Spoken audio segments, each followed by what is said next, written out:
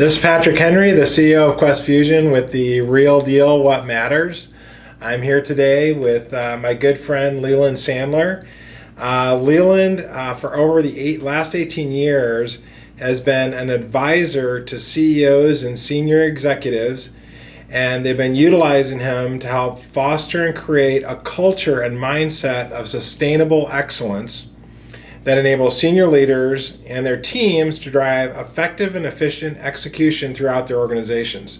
So Leland is an executive coach, and as we kind of, in the coaching world, I'm more of what Leland would call like an offensive coordinator, defensive coordinator, and Leland's more of a strength coach, focusing on building people's strengths. Leland helps executives and their teams achieve excellence in execution, making them faster, better, and stronger. Leland holds an MBA in organizational effectiveness from Pepperdine University and an MA in education technology, corporate learning, from San Francisco State University, and a BA in history from the University of California, Berkeley. He also is certified by the International Coaching Federation, which holds coaching certifications from New Ventures West on integral coaching, and Harvard Mindset at Work, Immunity to Change. So welcome, Leland. Thank you, Patrick. So Leland and I have worked together before. He's done some executive coaching with members of my team when I was running Entropic Communications. And Leland was also very helpful to me on a pro bono basis when Entropic was first getting started. And I was dealing with a number of different issues with growing and building the company, dealing with founders. And he's just an excellent guy and an excellent executive coach. So a lot of people out there, especially entrepreneurs, really, what is executive coaching? They're asking that question. Right. It's having somebody help you achieve excellence faster. I mean, it's probably the simplest way I could say it. Okay. We all, if we're good, get there. We all, whatever you want to say, grow, mature, develop through a series of experiences over years and years. And what a coach does is they compress the entire process down to a matter of months. Okay. And if you're in the startup world, you've got an infinite amount of new complexity that you may or may not be able or capable of dealing with. But you have the ability to get there, and that's what a coach helps you do. So do you like when I hear you say that, I think through either like a set of simulations that you put people through, or it's more like through a dialogue with somebody like you can help them navigate an existing situation better, or like what are some of the methods that you use to kind of accelerate the process? Because sometimes I think about it's like you just have to go through certain things before you know how to deal with them. Yes. But maybe there's a different way, and I'm a little bit confused about what you're describing. And it's not a different way. It's just, we'll call it additive. So, for instance, if you've never dealt with a board before, a coach isn't going to help you successfully deal with a board the first time. Okay. What they will do is put you in a position to have a perspective about dealing with a board, and a perspective on dealing with very difficult and challenging conversations, and the confidence in yourself that you'll be able to deal with them. But you still have to deal with them. Okay. But you asked a question about method, and method takes probably 3 or 4 forms. Okay. One is the talk. I mean, you do want to uncover people's blind spots. You want them to understand the assumptions they're making that may be getting in their way. But a second thing is you actually want them to develop certain skills and practices and techniques to, for lack of a better term, better themselves. Okay. And you do that in the third thing, which is in a series of tests. Okay. You do a series of experiments in the moment. So one of the things I think is important about coaching is it's got to be in the context of real work. Okay. It can't be this additive, because again, when you're getting back to startups, people don't have the time. Yeah. So you've got all these pieces going, and the last piece is getting good quality feedback. So when you said earlier about the offensive coordinator, that's primarily what you'd be doing, or me, the strength coach, think of it from the athletic paradigm. I assess what you're doing, what you're not doing well. I help you see your blind spots. I share with you a technique for getting better, but then I stay with you as you're practicing that technique, giving you feedback so you keep getting better and better. Okay, cool. So, obviously the value of executive coaching is you become much more effective more quickly, but are there other like side benefits? I mean, Yes. in working with teams, what are some of the other benefits? Well, let's stay with the individual and then we'll talk about the teams. Okay. I think two of the benefits are self-insight. I would say everyone, including yourself, that I've ever coached is better at seeing what they're going through, sensing what's about to happen, seeing a potential roadblock or a blind spot, and then working their way through it. So that self-insight is huge. And the second thing is resilience, because in today's work world, it's hard, it's difficult, it's complex. The potential for either failure or mistakes or looking bad is particularly high. And you want somebody who steps into that, who is not quote unquote fearless, but something close. And that's what coaching does, is helping that person understand how they can become better in that manner. Okay. So like, and I don't even have to use a hypothetical because, I can't use names, but when I was in the early days of Entropic, I was having particular issues with one or two of the members of my team, and I would use you as a sounding board. Right.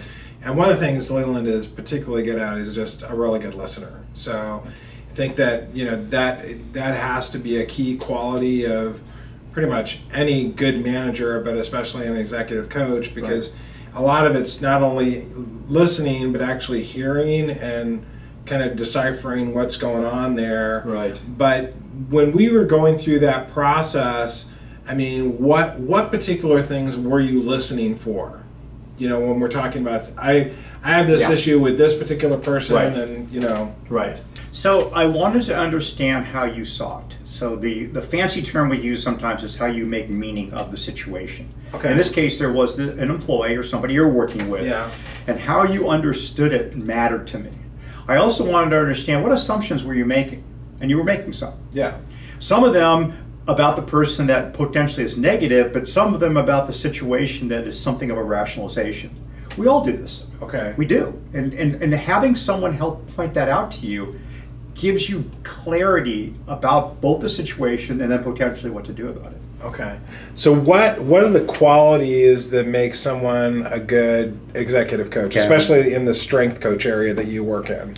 Well, I think for themselves, they should have already gone through a certain level of development, because you need resilience dealing with CEOs. Yeah. CEOs can be challenging for good reason, because after all, they don't have the time, and they don't have time to waste. And so if they're going to make an investment, they want to see a fairly quick return. So you being able to bring a presence into the situation. Number two, we already said it was listening. The ability to not just listen with your ears, but listen with your eyes. Mm-hmm. Really sense what's going on in the situation when the person's stepping into a potentially troubling situation, when they're stepping away from a potentially troubling situation. Yeah. Now, on the flip side, what makes an executive coachable? I've had a few that aren't. A willing. We both have. It's a willingness to say, I'm good. I may even be approaching great, but I can be excellent. In other words, there's still a delta. There's still a place for me to grow. Mm-hmm. And that willingness to say, I want to do it. Mm-hmm. Again, if you want to use a sports analogy, it's like some of us who play tennis or golf. If we get to a point where we say, we want to up our game, we can't just simply say, well, I'm going to think my way through it. Yeah. It's just not going to work. We need somebody excellent who's going to help us move forward and get there faster. Well, I mean, I think the sports analogy applies again because, all great athletes, no matter how great they are, they have great coaches. Yes, they do. And, I think the same thing exists in business. You have to have strong mentors. You have to have strong coaches. You need to have the right advisors to surround you to be the best that you can be. Yes. I remember, this is early on in my career, not when I was really younger, but like when I first got into executive management, I was working for the CEO of one of my companies, and he wanted me to kind of parachute into this particular situation where there were some troubling issues. And about 3 to 6 months into it, he asked me how it was working with the guy that I was working with at that time, my boss at that time. And I said he's awesome, except for the fact that he's 35 years old and he already knows everything about everything. Right. There's no room left to learn anything with this guy because he already knows everything. Right. So to me, that's where when I get into situations where okay, this person's not coachable, that's typically the conclusion that I come to. And it gets back to this kind of 4 quadrants of somebody that's unconsciously incompetent or somebody, good maybe call. There's okay, if I have an intervention moment with this person and kind of get a breakthrough, then maybe they'll get it. Yeah. But some people never get it. Right. They're either so egotistical or arrogant or maybe even have so much low self-esteem that they're overcompensating with too much ego.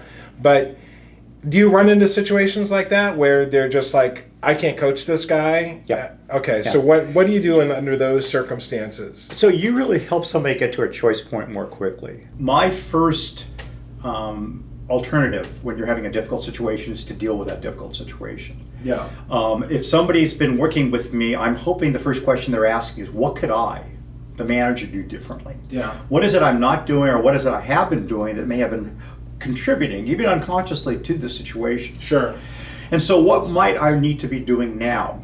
But Patrick, at the end of the day, you could do everything right and it's still not going to work if the person doesn't want to move. If somebody is so guarded that they aren't willing to admit that they still have, whatever you want to call it, a blind spot, a weakness, a capability gap, you're not going to be able to help them. So my goal there is to help you get to a choice point quicker. Okay. Yeah, it was interesting. I had another situation, later in my career with one of the companies I was running. I had an executive that came through an acquisition, ended up being a very senior position. I didn't feel like he could accomplish everything that I needed him to do, so I got him an executive coach, somebody that he liked. Right. So it was a dual decision. But kind of the assessment that the coach had at that point, and this guy is an excellent guy, by the way. Yeah. But he was not going to be able to get from point A to point B, where point B being where I needed him to be in any kind of reasonable time frame. Right. And those are always difficult situations, So it's, but that's kind of life sometimes. Do you run into those situations too, where you're like, hey, this guy's coachable, but in the time frame that you need me to get him to a certain place, I just don't think that I can get him there. Yeah. So how do you deal with that with kind of that person's boss or the organization, or what kind of conversations? These are difficult conversations. These are really difficult conversations, and I want to assess 2 things. One, obviously, I want to assess the individual. What is their current capacity? What are they capable of doing? What might they have some struggles dealing with, etc. But you also want to understand both their current and their near future job requirement. What's the level of complexity that's a part of that requirement? Yeah. If the 2 don't match up, the question is, can I help this person grow in this whatever time frame is? We'll say 3 months, 6 months, 12 months, whatever. Right. Can I help them get there considering the complexity they're under, or are they truly just in over their head? And they may one day get there, but not in the next few months. Right. In which case, I'll tell the person. Okay. And then the challenging thing is maybe we need to reset expectations about what you need that person to do. Because again, they may bring some great talent that's useful to the company, but maybe their path right now isn't the right path. Yeah. Well, that in this particular situation we were just talking about, that particular individual, when we had this conversation and we were very open about it, it's like, hey, I've got a position, he had some executives working for him. Right. One of those positions he could have actually done, and he said he wasn't interested. It's like, I'm at a different place in my career, and I respect your opinion. I disagree with it. And he went off and did something else, which was kind of his choice. Exactly. Yeah. Yeah. That's a choice point. So, so what are some of the common, perceptions and misperceptions around coaching? Well, one of the most common ones is coaching is because someone's got a problem. Okay. Someone needs to be fixed. There's something wrong with that. Wrong with them. Yeah. Now, I do think there's something wrong with that. Because my feeling is when I want to coach somebody, I'm coaching somebody who's talented because typically they're at the senior level. Yeah. So they are talented and they are good. My goal is to help make them excellent. Yeah. So I actually start from a high level saying we want to go a little bit higher as opposed to, oh, you're down here and we need to bridge this huge gap. Yeah. I just don't think that's either realistic or fair to the individual. I think it's totally BS. I mean, like if you look at a Serena Williams or a Roger Federer, I mean, they have coaches. Sometimes they change coaches and they're the top people in the world Right. at their game. Right. And yet, they want the best possible coaching that they can get. But I Right. agree with you. Sometimes in organizations, like, what's wrong with that guy? Why does that guy need help? Right. And there's this kind of bravado that goes on, and I think it's ridiculous. I welcome help. Yeah. I welcome help from my board, from my team. If I need a coach. Right. So those have been some of the most enlightening experiences in my career. When I was a first line manager, I was fortunate enough to be with a large organization where they provided 360-degree feedback as a manager. And, Right. talk a little bit about that. What is 360-degree feedback and why is it important? Sure. So one of the things we talked about earlier was the ability to have accurate self-insight. We are all limited because we make up... Well, speak for yourself, Leland. I stand corrected.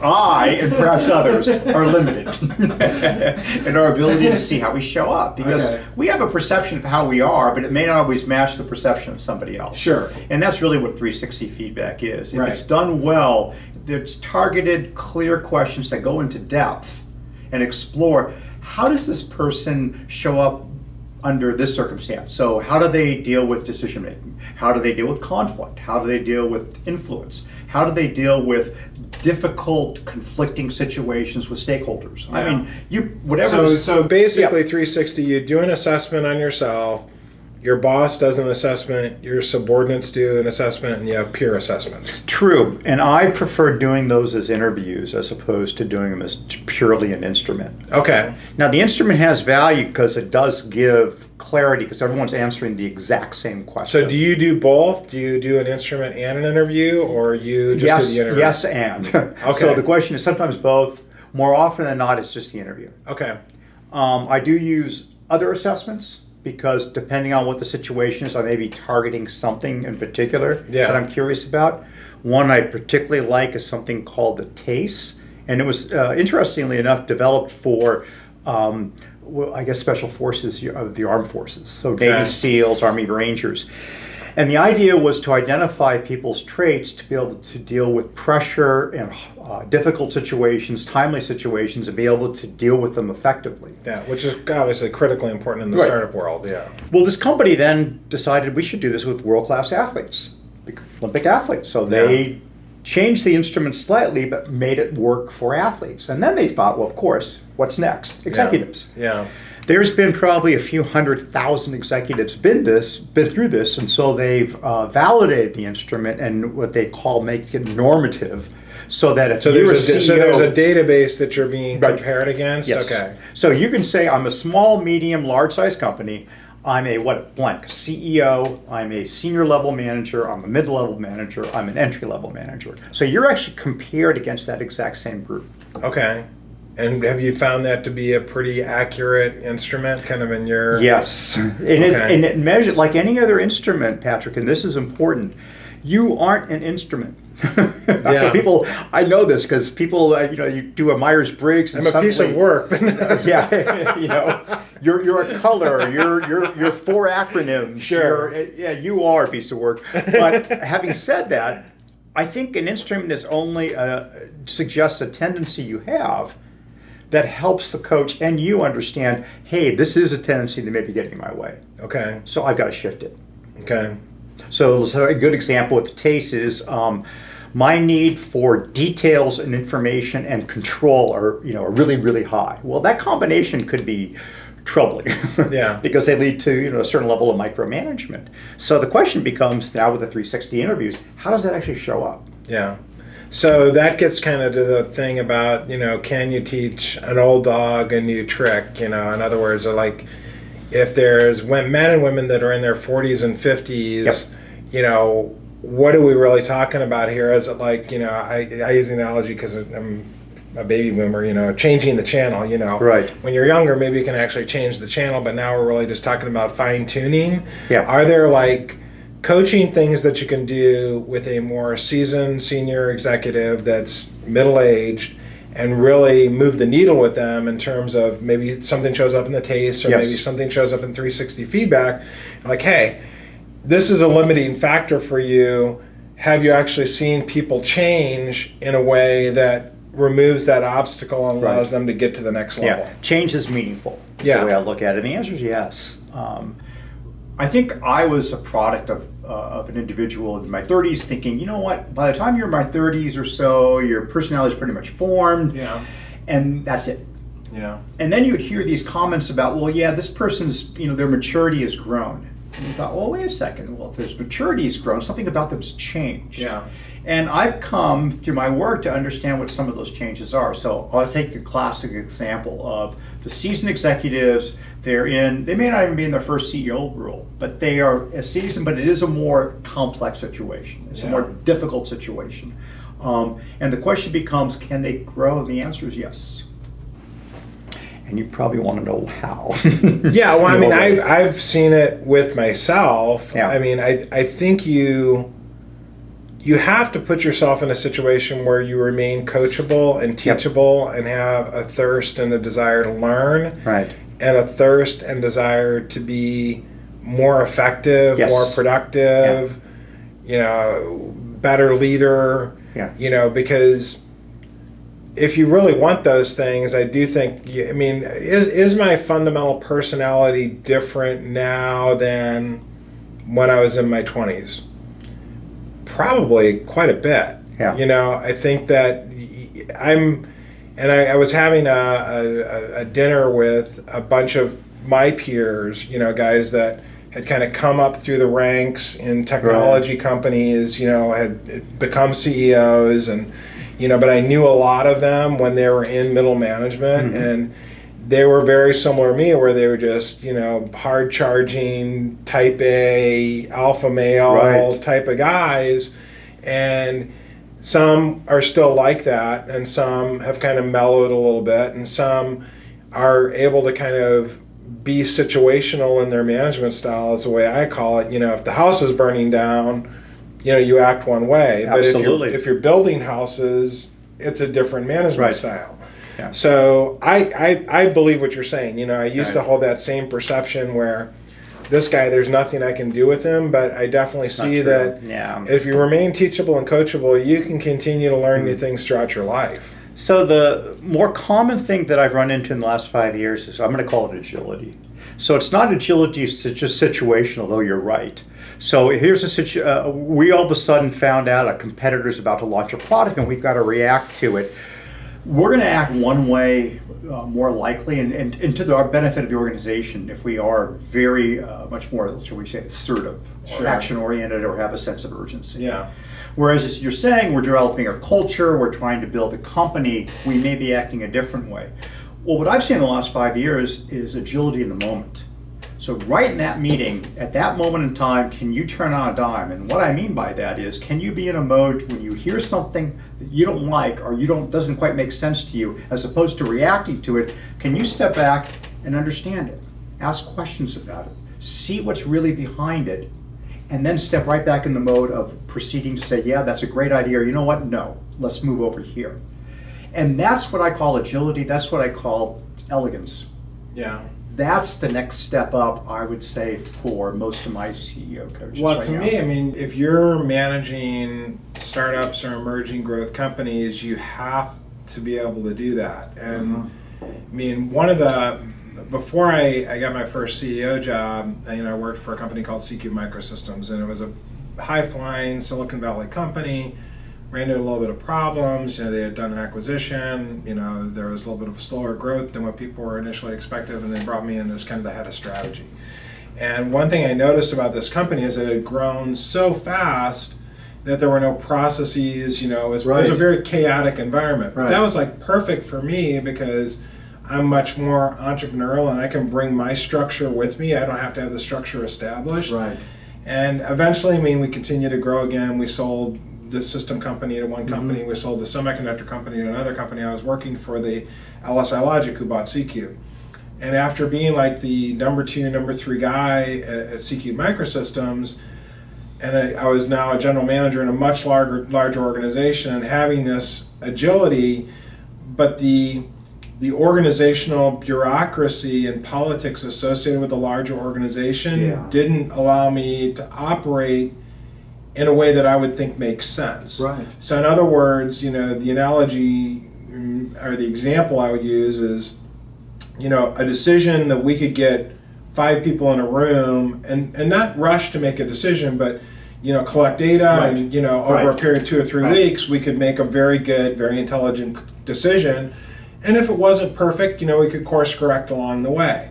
That same exact decision in this large bureaucratic organization would take 6 to 9 months. Yeah. And you would completely lose your advantage from a market and competitive standpoint, just because I think that these larger companies and larger organizations, they put these processes in place so some bonehead won't make a decision to tank the company. You know, it's like, so it's just like, don't let that person ever grab the wheel because, you know, it could be the Titanic, you know, but I think that hurts some of these big companies because if you're competing against more nimble startups, I mean, it will kill you, and it will kill you, especially in the internet era. I mean, it will kill you in a relatively quick period of time if you're not able to have this agility. Right.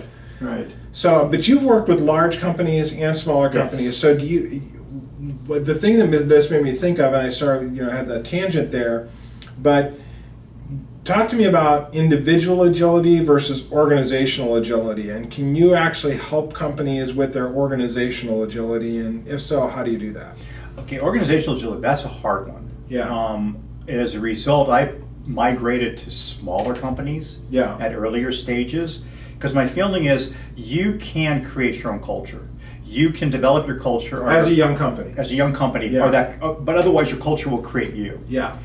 When a culture is deeply embedded, and it's embedded by, as you say, processes, rules, ways of behaving, what's accepted, what's not, it's hard to change. And I know company after company comes in and talk about organizational change, and you see the data, 15% of companies that go through a significant organizational change actually make the change. Yeah. That's 85% that don't. Right.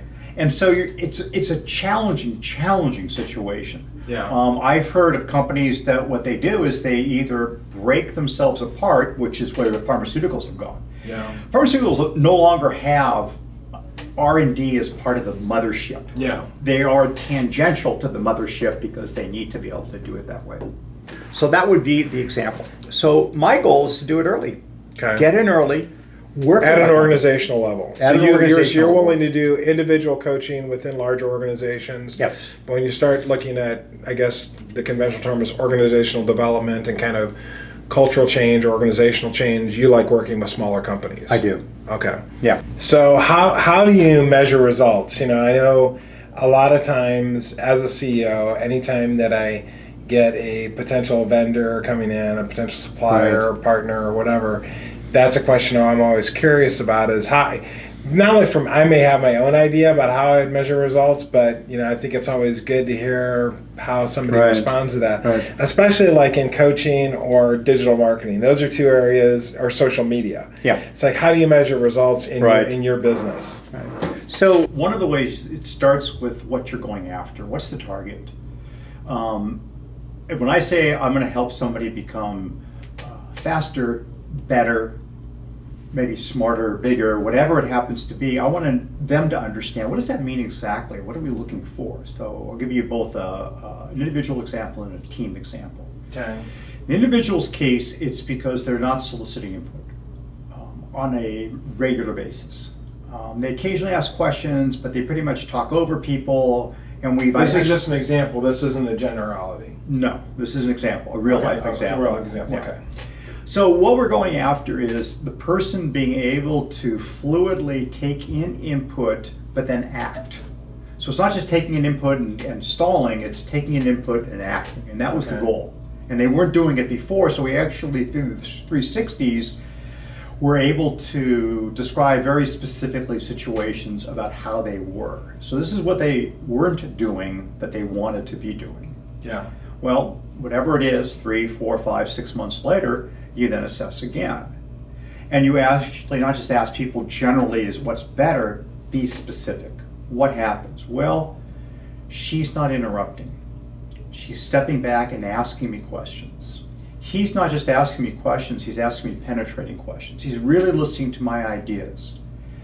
She does not always agree with me, but I know I'm being heard. And then I'll always ask, well, why? Why is that true? What makes you say that?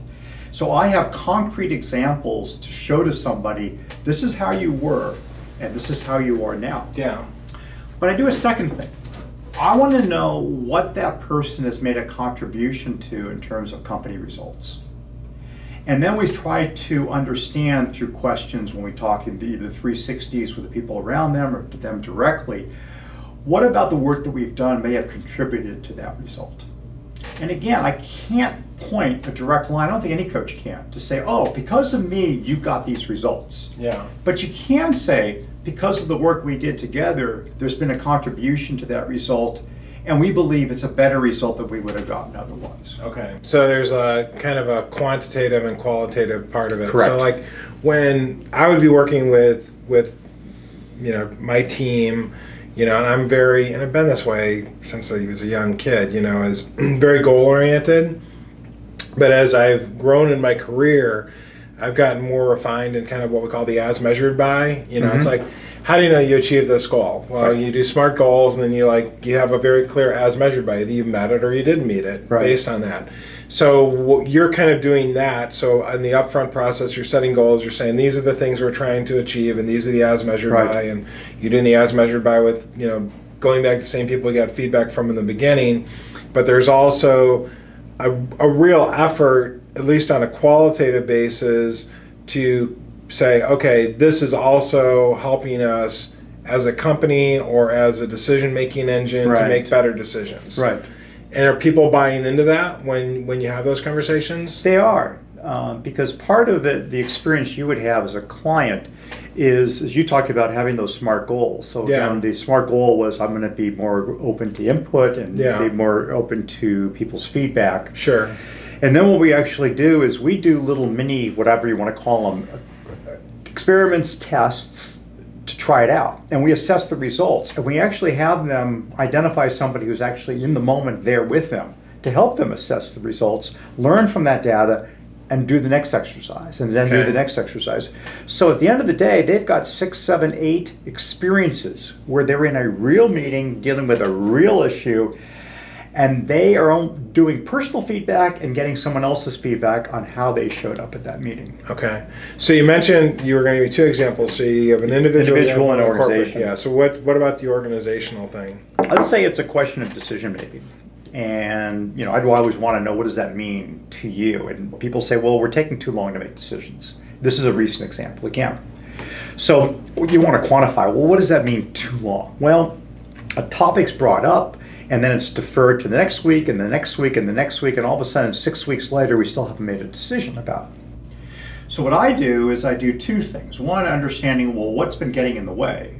But more importantly, there's also probably a technique or procedural piece that's missing. Now, classic thing in companies, people, organizations, teams don't do a very good job of what I call decision framing. So they don't identify clearly, what is it we're actually deciding? When do we need to decide it by? How? What's the process we're going to use in which to make that decision? Yeah. Who's going to be involved and not involved? Okay, and what is the criteria we're going to be using?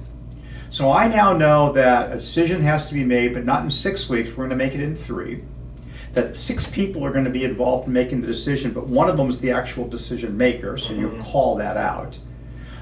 You turn around and you say, but wait, on the other 6 people, we're going to have you involved in making the decision, and we're going to call out what the criteria is, whatever it is, cost, quality, speed, something. Yeah.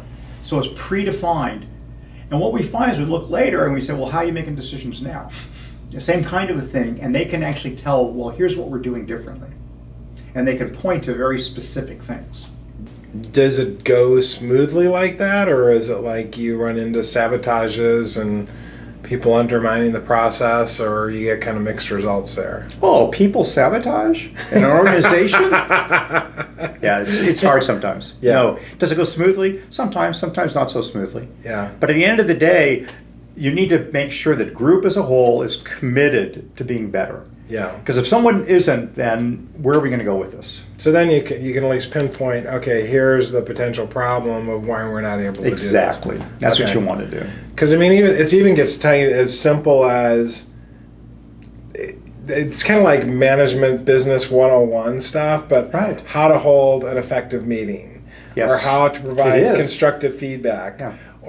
it's amazing how many people in organizations either don't know how to do those things, Right. or completely ignore what would be the best practices way of doing something. Yeah. So do you run into that? Is it like a naivety, or lack of knowledge, or is it like, well, I used to know that but I forgot, or is it just I don't really want to do it that way, I'm going to do it my own way? I don't know why. You're asking me the motivation. I can't completely tell you where it came from. It probably is behavior learned over time. Sure. Because as much as you say, gee, we're going to practice good behavior, we're practicing anyway. Right. Often we just practice bad behavior and bad techniques. So at the end of the day, what we're trying to do is to get teams, individuals to create the shift and create that commitment. But it's often, as you say, really basic, like setting an expectation Yeah. or meeting a commitment. Yeah. I mean, people don't, and they've gotten used to saying, well, did you set the expectation? Well, yeah, I told him what I should do. He should know how to do it. Yeah. Well, was it clear what you were asking for? Yeah. Well, it was clear to me. Well, was it clear? Little things like that. Yeah. And it's amazing. It's like tomato seed management. The harder you push, the quicker it squirts out. We're talking C-suite people of fairly good sized companies. Yes. So, there are obviously a lot of coaches out there, business coaches. What is the Sandler Group competitive advantage? Well, I would say two things. One, I think I'm a strength coach, but I'm probably not alone with that analogy. Yeah. Because that is what I'm going after. I'm trying to make somebody who's good excellent. I'm trying to do it in a way that's faster, but at the same time better, because I don't want people to be reckless in making changes. I want to build their capacity, so I want to make them bigger and stronger. But the second thing I do is I think I'm very good at helping people see for themselves what they need to be working on and what might be amiss in their world. Okay. And I think I'm very good at helping create a roadmap for how they're going to get better, and how they're not only going to know they're getting better, but how people around them will know that they're getting better. Okay. So if there is like Yeah. an executive team out there, or a CEO or a founder team, looking for guidance, Right. kind of your as measured by, or the things you just talked about. One of the things, like in my business, it's important to have case studies, customer testimonials, things like Correct. that. Are you like referenceable from that standpoint? If one of Absolutely. these teams? Okay, great. Yeah. All right, terrific. This has been super helpful. As always, I always enjoy our conversations, Leland. I always learn something. And I think that for the entrepreneurs out there, Leland's practice is now starting to focus more on startups, emerging growth companies. I think what Leland and I do is very complementary. He's what we would call a strength coach, really focused on individual coaching around process-oriented things. I'm more, a guide around strategy and things like that. More of a organizational, performance-driven, and how do you make better decisions more from the standpoint of business processes, whereas you're more focused on individuals and some of the softer side of things. Although it's softer side, but there's still ways to measure it. Right. So this has been great. This is Patrick Henry, the CEO of Quest Fusion, with the Real Deal What Matters.